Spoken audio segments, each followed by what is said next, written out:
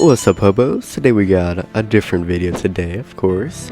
But I've seen a lot of people trying to figure out how to loop, and people that do actually loop don't really do it well, and I see a lot of people dying trying to loop. So I'm gonna show you how to actually loop and a few techs that I've learned that actually really helps your longevity. So starting off, what you really want to do mainly when you're looping in a set loop is when you are running around the tile wherever you are, you want to hug the wall as close as you can. This is first of all gonna make it so you can cover a lot more ground more quickly. It helps with your stamina, and it just makes it so you have to travel less distance than the killer usually. Killers aren't really able to hug loops quite as tight as survivors, so most of the time if you have your stamina well and the killer's looping pretty wide or chasing very wide, you could usually catch up to the killer. As you can see in this gameplay right now, I'm actually looping it very tight. You don't want to hug extremely tight when the killer is near though, because there's a lot of instances where they can actually hit you through the loop.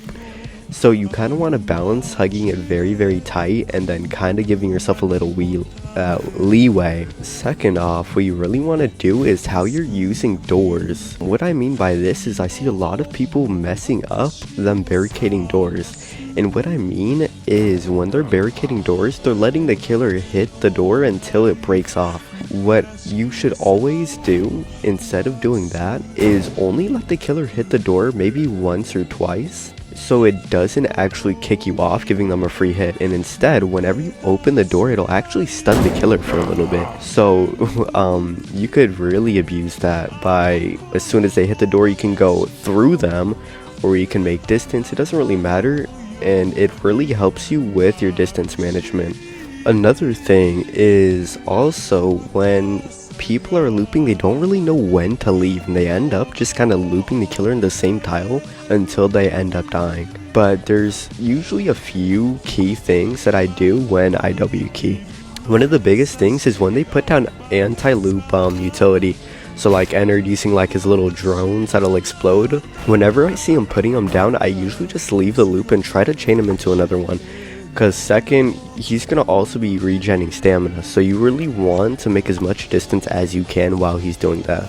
I've actually died a few times because I just didn't leave the loop, and it really does come back to bite you. Another few things is if the killer is pretty far away from you, I wouldn't really recommend lingering on that loop, because if you run too, they will have to run, which will just both drain their stamina. And if you do a little run tech, you'll actually have more stamina than them. But yeah, another thing I really do want to point out is utility.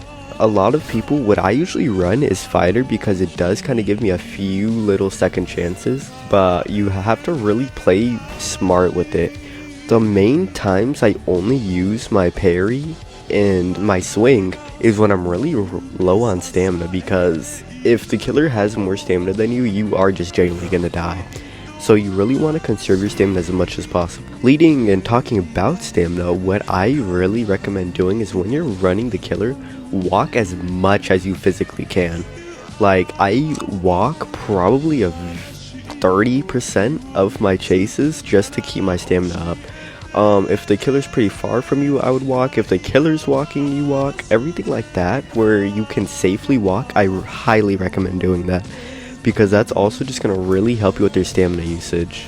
Another thing with your stamina is if you're running low on stamina in a loop, I recommend timing it to leaving the loop when your stamina is about to deplete, and once it is depleted, make it to a door and then barricade it.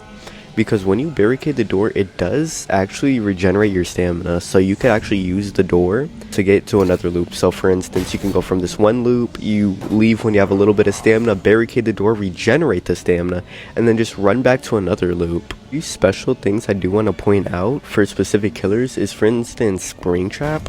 When he pulls out his axe, don't run in a straight line. I recommend just going to the other side of the loop that he's on, making as much distance as possible, or if you're gonna stay on the loop, literally just crouch behind something, and like 99% of the times they can't get you. And another thing is when the mimic or the project, I think it's called now. I don't really know. They keep changing the name.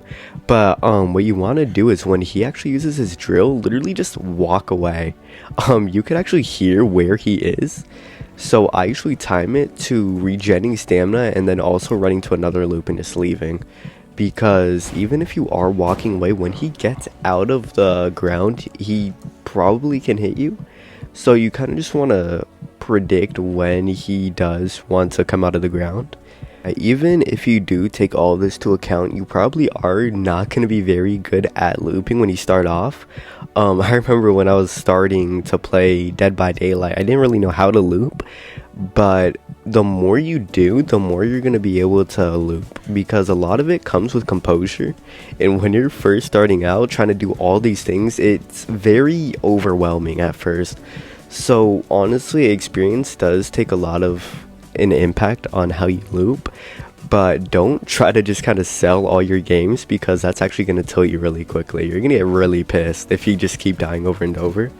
So yeah, don't really actively just sell your games to get experience looping unless you want to, I guess. Just know your teammates are going to think you're a piece of shit. But yeah, if you're not in a chase, I do recommend doing generators. I'm getting really I'm starting to lose my shit actually, because a lot of people just sit in a corner if they're not in a chase, and it's just really annoying.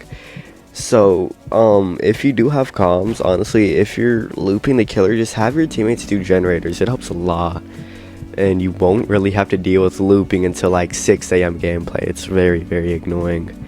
But yeah, with all that, I'll put a few other key pieces of info when I'm editing. If I remember, I don't know if I covered everything, but if I didn't, I'll put whatever's left on screen now. But anyways, with all of that, I really do hope you enjoyed the video. This is my first informative Bye Night video, so I might make more. But yeah, I really do hope you enjoyed. Like always, please like, and yeah, take care.